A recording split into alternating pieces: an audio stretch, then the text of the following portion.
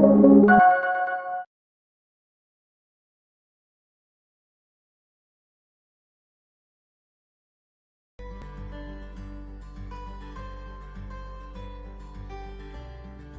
total, de bienvenidas, no nos acabamos. Pues es un gusto estar con ustedes, un placer. Vamos a abordar este segundo módulo relativo específicamente a las personas físicas en materia de ISR. La idea, por supuesto, es que este curso sea de utilidad para ustedes, que sea de provecho.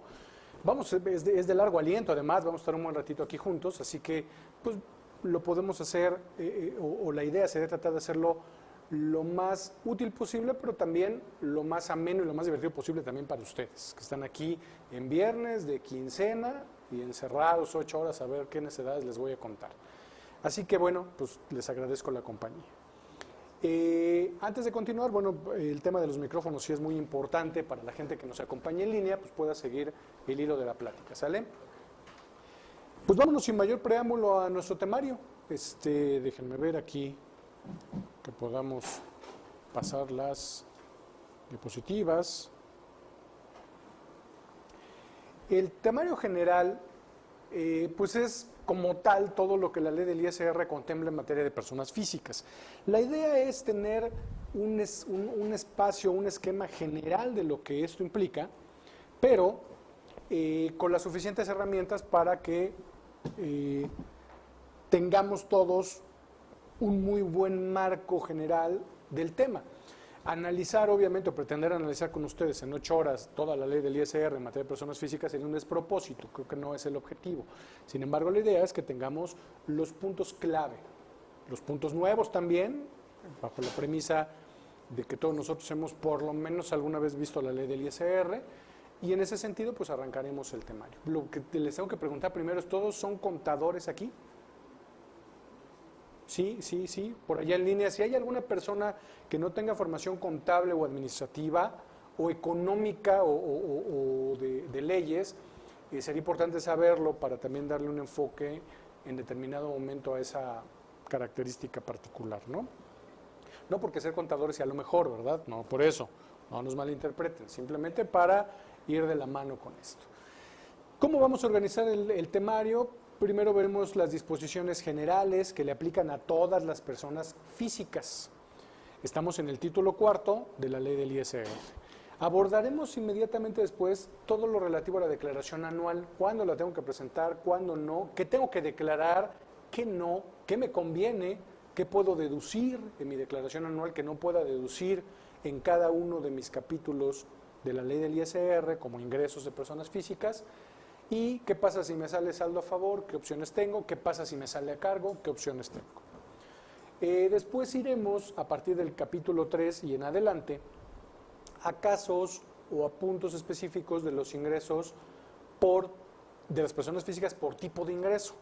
Aquí cabe aclarar, entiendo que muchos de ustedes seguramente ya tienen el antecedente de su módulo de personas morales, pues habrán dado cuenta que las personas morales trabajan de una manera muy sencilla en relación a la acumulación de sus ingresos. ¿A qué me refiero? A que todo lo que es ingresos lo meto en una licuadora, meto las deducciones, licúo y veo qué me sale, utilidad, pérdida fiscal, etc. En el caso de las personas físicas funciona distinto porque dependiendo del tipo de ingreso que tenga, deberé seguir ciertas reglas de cada capítulo en ley para ver qué tratamiento le doy, cuándo tengo que acumular, qué puedo deducir. Y al final, ya que puse esas 11 licuadoras, esas 9 en realidad, son 11 capítulos, pero son 9 específicos de ingresos, ya que puse a trabajar esas 9 licuadoras, donde en algunos capítulos, como en enajenación de bienes, veremos que hay inclusive sublicuadoras, déjenme llamarles así, entonces ya sumaré todo y aplicaré una tarifa anual. Pero además con el componente de que puedo tener ingresos no acumulables, veremos cuáles son y de qué se tratan y cómo tratarlos.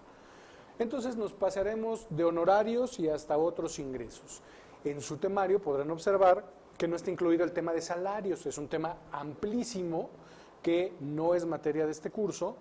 A nivel de declaración anual veremos algunos temas que sí tienen que ver con el anual de asalariados, pero como tal el tema no será abordado en este momento, en este módulo. Tenemos un tema número 11 o 11º, con casos especiales que en realidad los iremos incrustando en cada uno de los capítulos conforme vayamos avanzando. Fideicomisos, algunas cosas de copropiedad, algunos detalles a cuidar en ese sentido, o para poder optimizar mis ingresos. Sin más, pues vámonos a las disposiciones generales. Antes sí les aclaro algo, o los convido a algo, más que aclararles. En el siglo pasado vivió un pedagogo brasileño de nombre Paulo Freire, que entre otras cosas hizo muchas cosas por educación en su país y que decía algo muy bonito, y él decía: todos, absolutamente todos, sabemos algo, pero todos, absolutamente todos, ignoramos algo, y por eso cuando nos juntamos necesariamente aprendemos. Ustedes tendrán muchas experiencias que compartir. En el marco, por supuesto, del curso, pues los convido a que enriquezcan el curso ustedes también. En línea los invitamos a lo mismo, con el objetivo de poder, insisto, hacerlo más rico y compartir experiencias que incluso puedan servirnos a todos, me incluyo, por supuesto. Vámonos entonces a las disposiciones generales. Mi estructura de la ley del ISR indica que nos concentraremos hoy en este capítulo 4 de las personas físicas. Sin embargo, en el material ustedes verán de repente referencias a disposiciones generales. ¿Por qué? Porque se aplican tanto a morales como a físicas. De repente nos incrustaremos en algunas obligaciones de personas morales que van ligadas a las personas físicas. De repente abordaremos algún estímulo fiscal o algún transitorio incluso que anda por ahí. Entonces, si bien nos vamos a enfocar en este título cuarto de la ley del ISR, pues eso no obsta para que de repente viajemos a otras disposiciones dentro de la propia ley y de la mano pues del reglamento, de la miscelánea, criterios normativos o no vinculativos que también tienen su impacto fiscal. ¿De qué tamaño estamos hablando en este curso? ¿De qué tamaño, de qué universo de contribuyentes? Esto me gusta porque de alguna forma nos da idea de el tamaño que las personas físicas representan para el fisco federal, para nuestro gobierno. El 2% únicamente, cerca de, por acá decimos, 2 millones, de contribuyentes son personas morales, cerca del 3% de un universo de 71.7 millones de contribuyentes activos, que en su informe del cuarto trimestre de gestión tributario, el SAT, nos dice que tiene hoy como contribuyentes activos. Es muy poquito, ¿verdad? O sea, personas morales en realidad estamos hablando de un universo bien pequeñito. Y todos los demás son físicas. De este gran pastel, casi todos son, bueno, no casi todos, pero un gran porcentaje es asalariado, cerca del 60%, 57.9%. ¿Y a qué nos dedicaremos hoy? A analizar estos 28.2 millones que están en los demás regímenes, desde honorarios, arrendamiento, enajenación, adquisición, dividendos, etcétera, etcétera. Este es el tamaño del pastel que nos toca platicar hoy. Ya que dijimos que mi estructura es el título cuarto, mi título base, ¿cuál es la estructura de mi título cuarto? Pues la que ven aquí. Esto es simplemente un índice que pretende ubicarnos y que les pueda servir en lo sucesivo a ustedes para ligar de inmediato artículos de ley con artículos de reglamento por cada capítulo. Nos vamos a encontrar sin capítulo disposiciones generales de los artículos 90 al 93 de ley y con los correlativos que ven ahí en pantalla y en su material de reglamento. Después vienen 11 capítulos que tienen que ver los primeros, tienen que ver varios de ellos, 9 de ellos, con la obtención de ingresos y su tratamiento, y después veremos uno de deducciones y uno de declaración anual. ¿Cuáles son los tipos de ingresos que como personas físicas debo clasificar para ver qué tratamiento les voy a dar? Salarios y en general prestación de servicios personales subordinados. Y dentro de este mundo están los asimilados, que no son salarios para efectos laborales ni de carga social, pero se les da el tratamiento de salarios únicamente para la retención que en su caso tenga que aplicarse en ISR. Después nos iremos a actividades empresariales y profesionales, capítulo 2, juntas. Hace muchos años, algunos de ustedes quizás recuerden, estaban separadas. Desde hace varios ya tenemos juntos los dos capítulos. Y dentro de este capítulo, 2 secciones. La del régimen general, que es casi como una persona moral. Es inclusive, la tocaremos en relación a las diferencias que hay entre una persona moral y una persona de este régimen, para ver cuáles son los puntos ahí finitos que podremos cuidar y optimizar y aprovechar. Y luego un régimen que nació con la nueva ley del ISR de 2014, que es el régimen de incorporación fiscal, conocidos cariñosamente como RIFs, ¿no? No las galletas, sino con F. Las otras son para comer, estos son para aprovecharlos, ¿no? Porque, pues, como siempre que hay este tipo de ventajas fiscales, pues todo el mundo quiere un RIF al lado, o ser un RIF. Veremos cómo, de alguna forma, existen ciertos espacios para poder aprovechar este régimen. No les estoy incitando a hacer cosas malas, por supuesto, ni indebidas, pero sí a lo mejor con la ley en la mano tratar de aprovechar algunos puntos que pueden ser aprovechables. ¿Y por qué no? Vale la pena subrayar que a nivel reglamento no hay nada relativo a los RIFs, todo estará en ley o bien a nivel de resolución miscelánea, o como ustedes ya saben, pues al SAT le gusta también legislar, ¿no? ¿Por qué no? Y entonces pues ahí tenemos no solo la miscelánea, sino la propia página de internet del SAT, criterios normativos y hasta los videochats. Ahora resulta que hasta ya hasta las guías de llenado de CFDI son, se supone que son guías, pero pues en realidad son instructivos. No me dice cómo lo podría hacer, me dice lo que tengo que hacer. Y si no lo hago por ahí, pues entonces me meto en problemas. Entonces, pues ese nombre de guía ya quedó corto. Nos iremos al tercer capítulo, que es arrendamiento. Aquí veremos que hablamos exclusivamente de bienes inmuebles y veremos los tratamientos que hay al respecto. Si hablamos de estos tres capítulos, en realidad hablamos de un universo muy grande de contribuyentes, de ingresos productivos. Hago una actividad, obtengo un ingreso por mi trabajo, ya sea dependiente o independiente, o por poner a trabajar de alguna forma mis propiedades. De allí en adelante, los capítulos siguientes tienen que ver con obtención de ingresos, se les llama económicamente pasivos, es decir, yo pongo a trabajar algo más en beneficio mío, mi dinero, propiedades que pude haber tenido y que vendo, dividendos, etcétera, etcétera.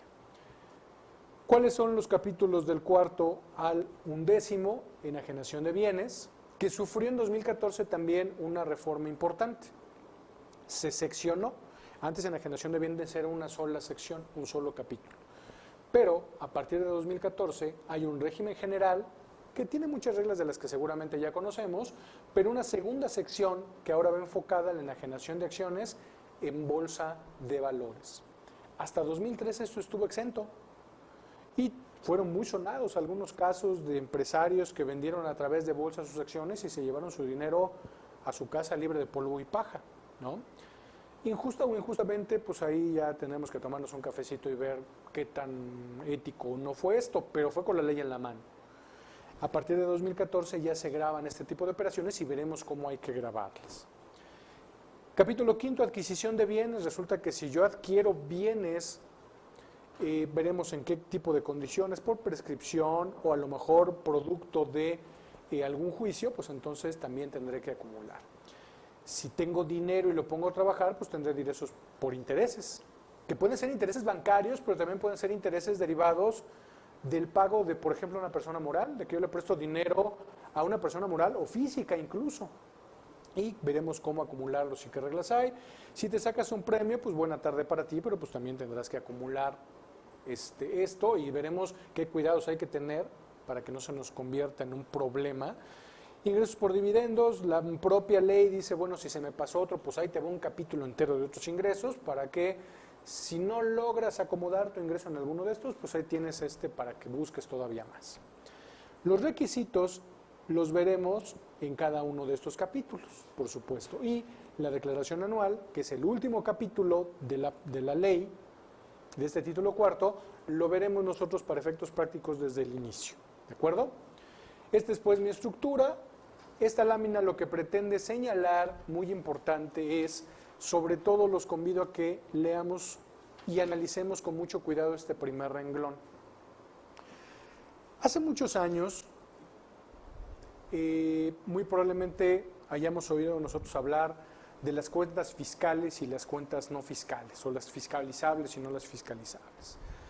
¿A qué voy con este comentario? Que muchos empresarios de la vieja guardia y algunos de la nueva creen que esto sigue existiendo, creen que sigue existiendo las cuentas de la empresa o del negocio y las cuentas personales donde puedo tener un verdadero cochinero y no pasa nada. Desde hace muchos años esto ya no funciona así.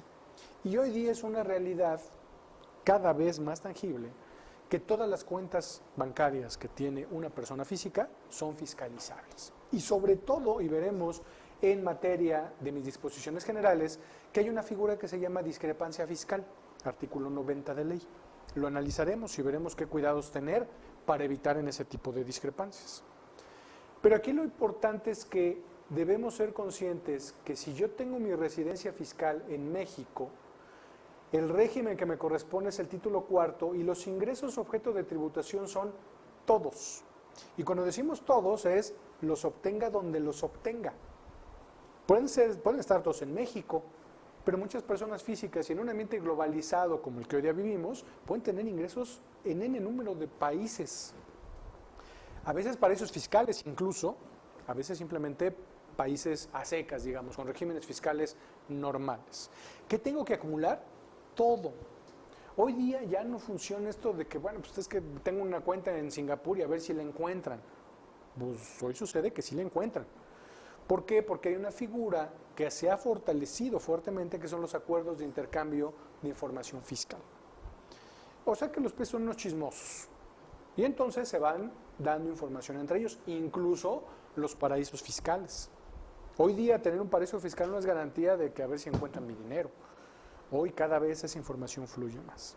Obviamente las personas físicas que sin residencia en México, es decir, con residencia en el extranjero, obtengan ingresos que provengan de fuente de riqueza mexicana, ya sea a través de un establecimiento permanente o sin establecimiento permanente, pues obviamente también tienen que acumularlos en México, pero solo los atribuibles al establecimiento o los de fuente de riqueza en el propio país, ¿de acuerdo? Entonces, como mexicanos, tenemos la obligación de contribuir por todos nuestros ingresos, los obtengamos donde los obtengamos. Ya entrando en mis disposiciones generales, esto le aplica a todas las personas físicas, incluso las morales, seguramente lo platicaron por ahí en su módulo anterior, artículo 18, si no mal recuerdo. Hay gastos que se consideran ingresos si yo no los compruebo. En las personas físicas es un poco más tangible esto, es más común, por el tipo de controles administrativos que llevan las morales y que de alguna manera facilitan que no caigan en ello. Pero en las personas físicas es más común. ¿De qué se trata? Del artículo 90, octavo párrafo de la ley, que nos dice lo siguiente. Se consideran ingresos, nos dice la ley del ISR, para las personas físicas, las cantidades que se perciban para efectuar gastos por cuenta de terceros, a menos que esos gastos sean respaldados con comprobantes fiscales expedidos a nombre de aquel por quien se efectuó el gasto. Comprobantes fiscales quiere decir CFDI si estás en México.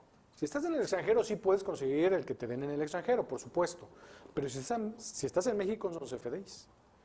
Y si esto le aplica como disposición general a todos, pues aquí hablamos desde asalariados, donde hay empleados que pues tienen la camiseta bien puesta, ¿no? La de la empresa me refiero, y dicen, aquí había que comprar papelería y yo fui, pagué, y regreso con mi patrón y le digo, oye, ya compré la papelería, ya hay toners, ya hay todo, porque ya faltaban. Generalmente es el contador, ¿no? El que hace esto también. Y, porque si no, pues cómo trabaja. Y ahora reembolsame. Porque digo, es uno buena onda, pero tampoco es hermano de la caridad. Pues reembolsame lo que yo gasté. O bien, me reembolsas o me das dinero que yo voy a gastar por cuenta tuya y luego ya te lo compruebo. A este supuesto segundo es a lo que se refiere este párrafo en particular, pero las disposiciones fiscales se han encargado, y ahorita vamos a ver una novedad de la Resolución Miscelánea 2019, se han encargado de normar ambos supuestos, cuando primero yo recibo el dinero y luego lo compruebo, o cuando primero gasto y luego me reembolsan. A este respecto hay una primera pista, porque hasta aquí pues nada más nos dicen que lo tienes que acumular, pues sí, pues no me dijeron ni cuándo, ni cómo. Entonces, el reglamento de la ley del ISR, en particular el artículo 41, me da un poquito de pistas, pero el mismo 41 dice, esto que te voy a decir no aplica en contribuciones, viáticos o gastos de viaje. Y viáticos o gastos de viaje es claramente el supuesto que mayor puntos genera en este tipo de transacciones. Entonces, salvo que se trate de ese tipo de viáticos, gastos de viaje o contribuciones, el actuar, nos dice el 41, debido de este tipo de transacciones es el siguiente. El contribuyente debe pagar al tercero, o sea, al que gaste en nombre de él, no en efectivo, mediante algún medio bancarizado. Esto ya nos lo dice el reglamento, la ley no nos lo aclaraba. Es decir, si te voy a dar dinero, para que tú lo gastes en nombre mío, te lo tengo que dar de forma bancarizada, no en efectivo. Número 2, ese tercero deberá amparar, esto ya nos lo decía la ley, todos esos gastos con comprobante fiscal. Y si no conseguí el comprobante fiscal, pues entonces, ¿qué pasa? Se vuelve ingreso para la persona física. Solo hay una excepción para trabajadores. Si eres trabajador y no lograste comprobar con CFDI el total de erogaciones que hiciste para tu patrón por tema de viáticos, tienes, de acuerdo al 152 del reglamento, chance, déjenme decirlo así, de no comprobar incluso el 20% de la cantidad que hayas recibido, sin que esa cantidad rebase en el ejercicio 15,000 pesos. Pero es el único chance que tienen los trabajadores. Los demás regímenes, honorarios, arrendamiento, etcétera, tienen que comprobar con CFDI como de lugar, porque de lo contrario se les configura un ingreso fiscal. Hasta aquí pues decíamos, bueno, está bien, se me configura un ingreso fiscal. ¿Cuándo lo tengo que acumular? ¿Hasta cuánto tiempo tengo para comprobarlo? Porque fíjense, o sea, yo como pensemos asesor por honorarios, del régimen de honorarios, a lo mejor un cliente mío, persona moral, me da dinero para que yo vaya a resolverle un asunto a Cancún, ¿no? ¿Y qué va a pasar? Que yo voy a generar allá ciertos gastos que a lo mejor le tengo que comprobar. No los logro comprobar. ¿Cuándo se me volvería un ingreso? Hasta aquí, pues no tengo la respuesta. ¿Cuánto tiempo tengo? ¿1 año, 2 años, 3 días?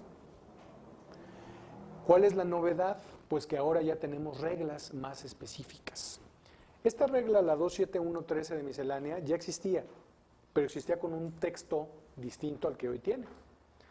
Esto aparece, o este nuevo texto aparece en la resolución miscelánea fiscal de 2019, que como ustedes saben, pues el año pasado se encapricharon y dijeron que siga la vigente la de 2018 hasta que yo diga. Y se saltaron la norma que dice que es de vigencia anual. ¿Cuándo salió la miscelánea nueva?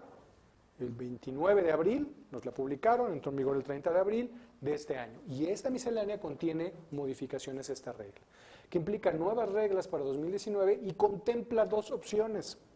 Antes la regla solo contemplaba esta de aquí, cuando el tercero gastaba y luego se le reembolsaba. Pero ahora también contempla cuando el tercero recibe primero el dinero y luego lo comprueba. Y además, que creen que tenemos nuevo complemento de pago, que estará vigente ya en un par de días. Lo publicaron a mediados de mayo.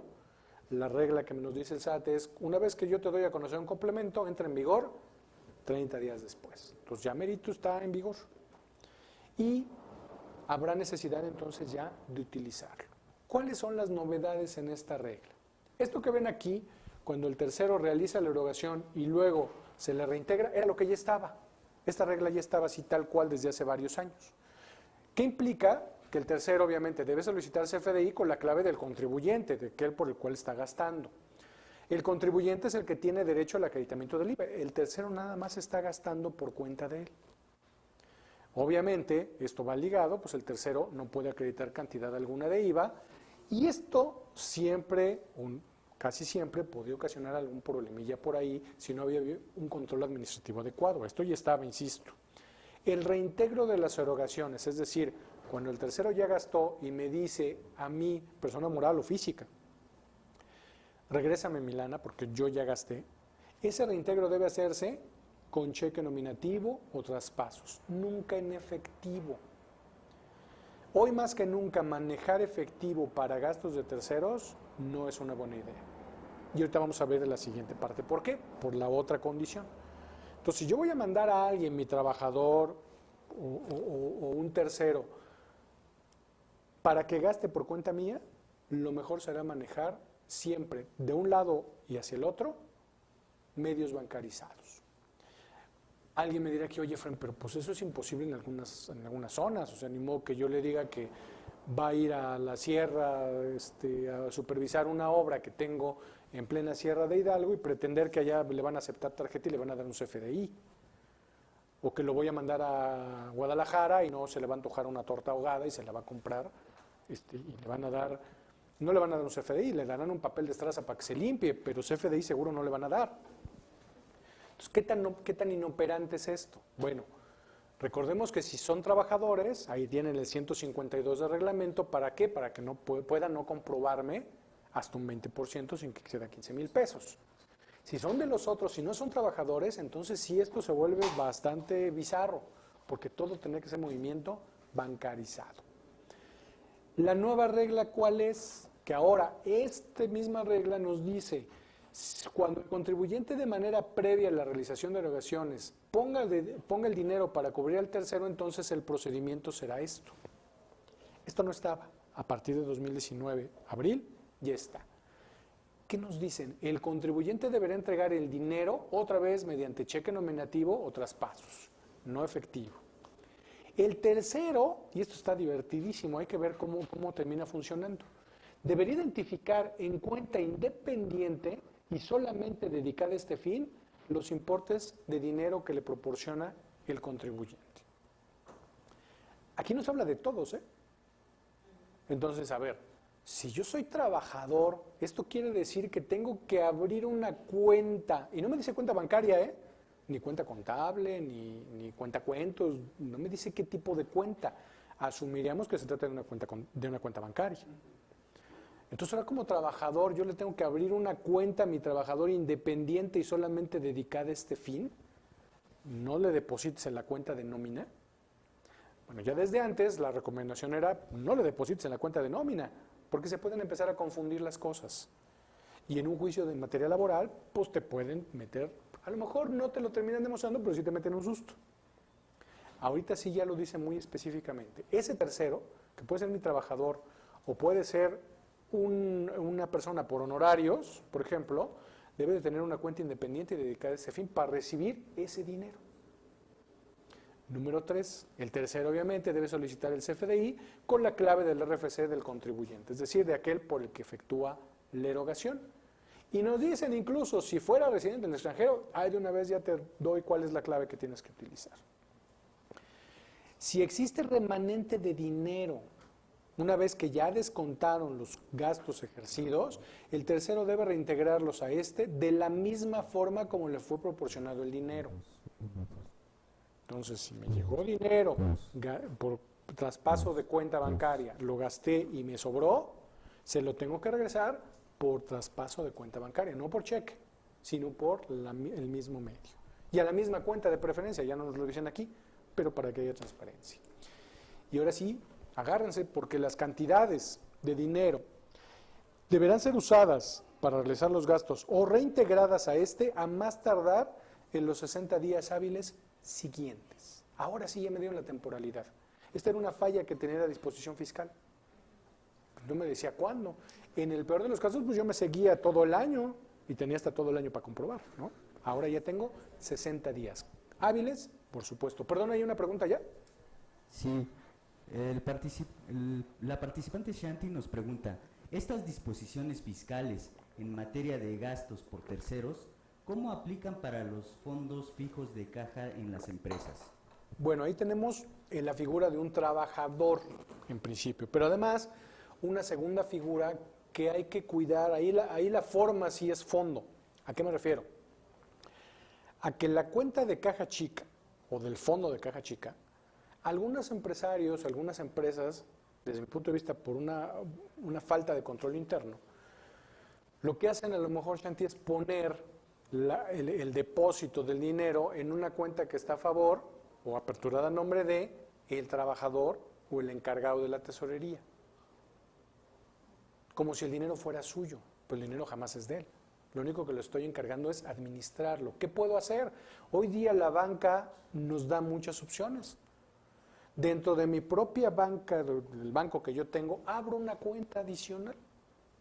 Y en esa cuenta, que sigue siendo de la empresa, jamás es del trabajador, le doy a él su token, su tarjeta, tú eres el dueño de esta cuenta, obviamente, con el dinero que yo te voy a ir poniendo ahí. El dinero jamás salió de la empresa. Entonces no se configura, no se da o no se configura el supuesto jurídico. ¿Por qué? Porque no hay un gasto por cuenta de tercero. Simplemente esa persona encargada de ese fondo de caja chico, de esa caja chica, está administrando un dinero que jamás le fue depositado a su cuenta. Es una cuenta más de la empresa. Nada más que él tiene todo el poder para hacer y deshacer en esa cuenta. Y obviamente ese poder está limitado al dinero que yo le voy depositando. Entonces amarramos por todos lados el círculo. No se configuraría entonces esa figura. Podemos hacerlo de esa manera. ¿Sí?